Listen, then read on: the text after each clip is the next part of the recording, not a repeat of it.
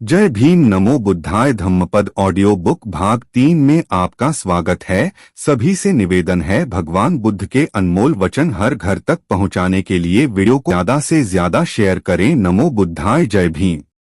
पानी का बुलबुला है तो फिर यह क्रोध, लोभ, मोह, वैर क्यों करें? किसी का दिल क्यों दुखाएं?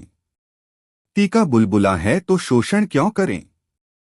लेकिन कई लोग जीवन में दुश्मनी को ऐसी गांठी बांध लेते हैं, अन्याय अत्याओं के नशे में ऐसे डूबे रहते हैं जैसे वहां यहां हमेशा के लिए रहना है।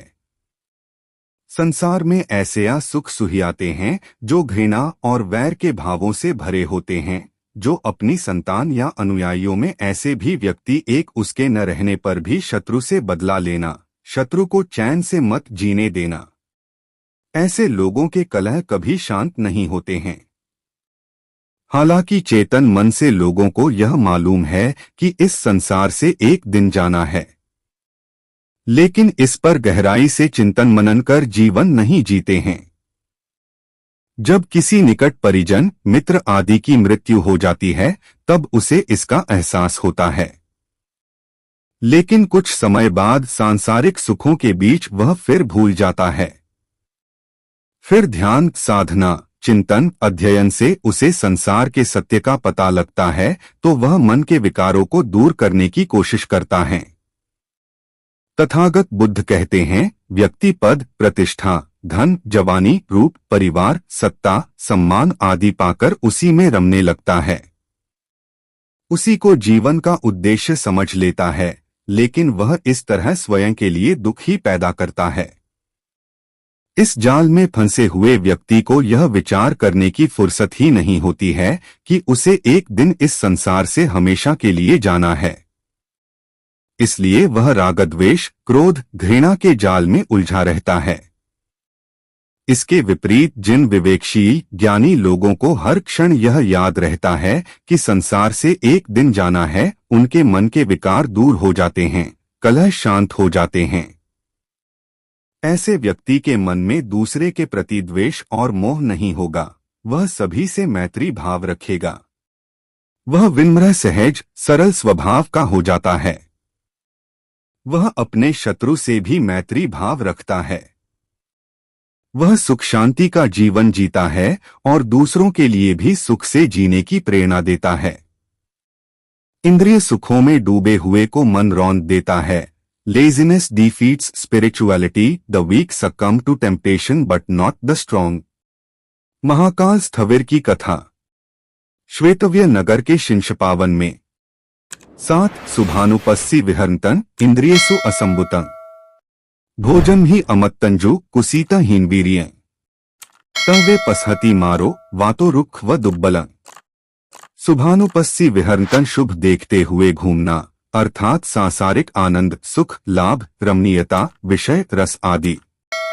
अनुपस्सी बार बार देखता हुआ, विहरन्तम विहरना, घूमना, जीवन बिताना, व्यवहार करना, इंद्रिय सुख है इंद्रियों का, असंवुता असंयम करना, भोजन ही अमत्तधंजु भोजन में मात्रा न जानना, कुसीता आलसी होना और हीनवीर्य बलहीन होना, मनोबल न होना, उत्साही तथा उद्यमशील न होना, तन्मुन्हे वैसे ही उसी तरह निश्चित ही पसहति रौंदता है, मारो मनोविकार, वातो वायु, आंधी, रुक्ष व वृक्ष के समान, दुब्बलन दुर्बल, कमजोर।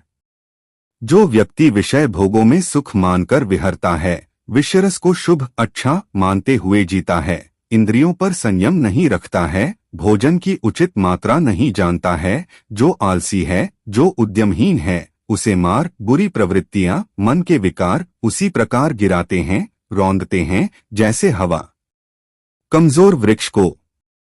Just as a storm throws down a weak tree, so does Mara overpower the mater who lives for the pursuits they source, is uncontrolled in his senses, immoder in eating, indolent and dissipated। शरीर की इंद्रियों के विषय हैं रूप, शब्द, गंध, स्वाद, स्पर्श। जो व्यक्ति इन विषयों के रस को सुखकारी मानते हुए जीता है, जो अपनी इच्छाओं पर काबू न कर सभी सुदृढ़ व्यक्ति या वस्तु को प्राप्त करना चाहता है, भोगना चाहता है, उसकी तृष्णा कभी पूरी नहीं होती है और वह दुख में गिर जाता है। जो व्यक्ति हर समय सुंदर रमणीय को अच्छा ही अच्छा देखता फिरता रहता है, इंद्रियों में संयम नहीं रखता, इच्छाओं पर नियंत्रण नहीं रखता और भौतिक सुविधाओं को भोगने में ही सुख समझता है, फिर उसकी इंद्रियां अपने आप बेकाबू हो जाती है, क्योंकि उसका मन चाहता है कि जीवन में जितना ज्यादा भोग सको भोग लो, कुछ छूट न जाए। मन में पछतावा न रहे कि फला सुख को भोगने से बाकी रह गया। इसके लिए वह संयम की सीमाएं तोड़कर विषरस भोगता है।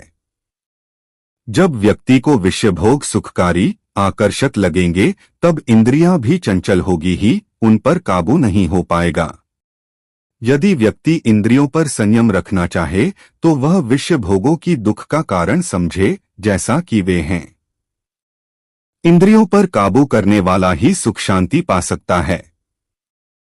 जब विवेकशील ज्ञानवान साधक की नजर में विषय भोग तुच्छ दिखने लगेंगे, वे दुख के कारण नजर आएंगे, तो इंद्रियां अपने आप संयत हो जाएगी। भोजन की उचित मात्रा न जानना भी मन के विकार का कारण है। जीभ का विषय है स्वाद।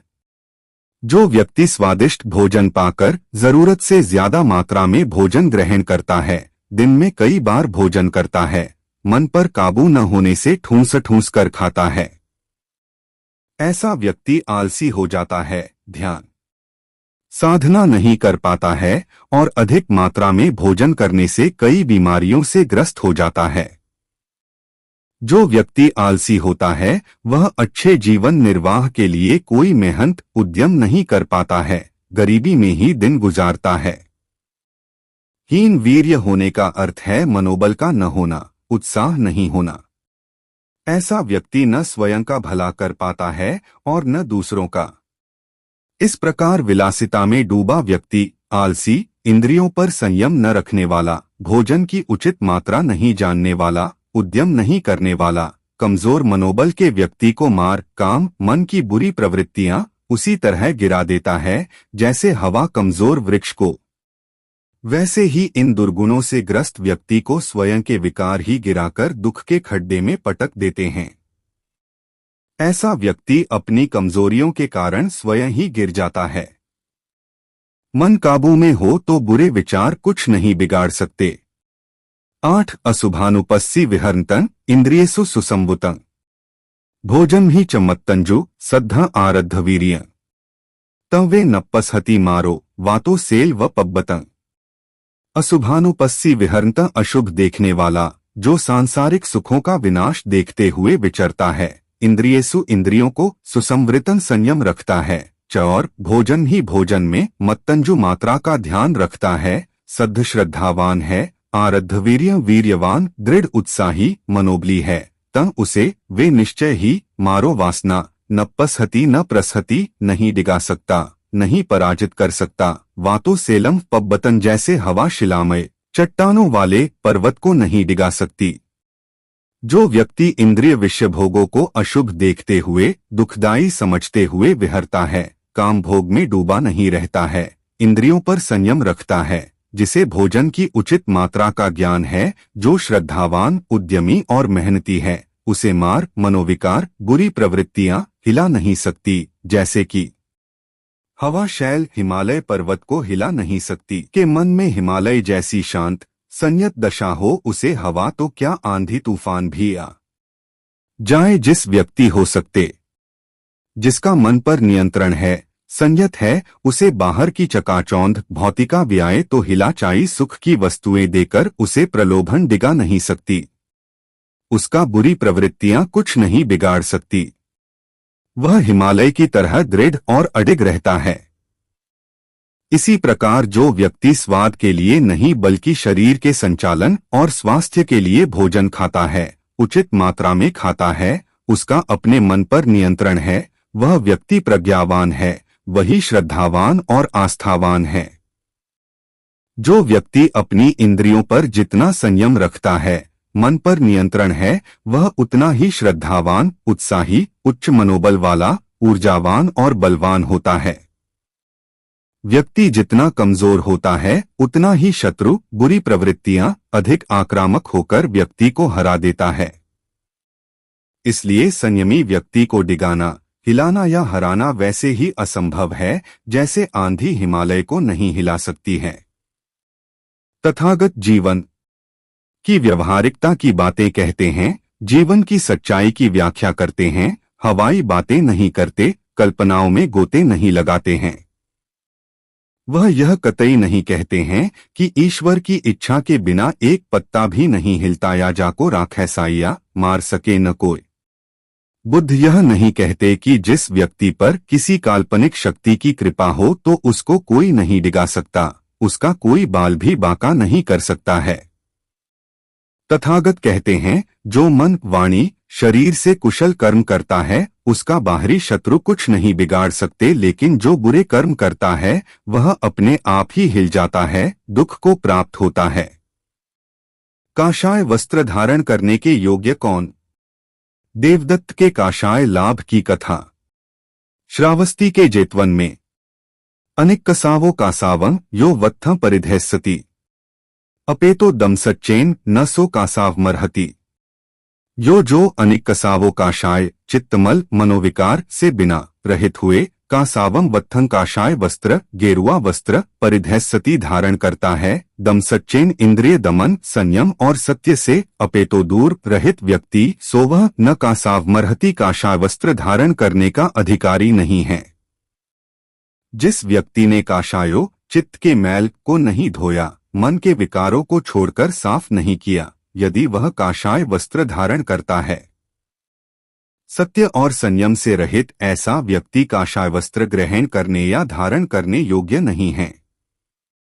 मन का कषाय छोड़े बिना कोई काषाय रंग के वस्त्र, भिक्षु के वस्त्र धारण कर लेता है तो वह स्वयं और समाज के लिए बहुत अहित होता है।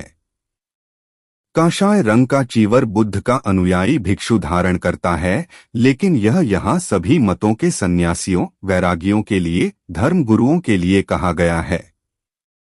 जो व्यक्ति विरक्ति, सन्यासी, भिक्षु, मुनि का वेश धारण कर लेता है लेकिन मन सांसारिक विषयों के सुखों में डूबा है, रागद्वेष से ग्रस्त है, तो वह सन्यासी या भिक्षु वेश को बदनाम ही करता है। जिसके दम और सच अर्थात संयम और सत्य अपेत हो गए, भाग गए, वह काषाय वस्त्र धारण करने का अधिकारी नहीं है। यहाँ चोला पहनकर साधु बनने के ढोंग की बजाय आचरण से निर्मत साफ होने पर जोर दिया गया है।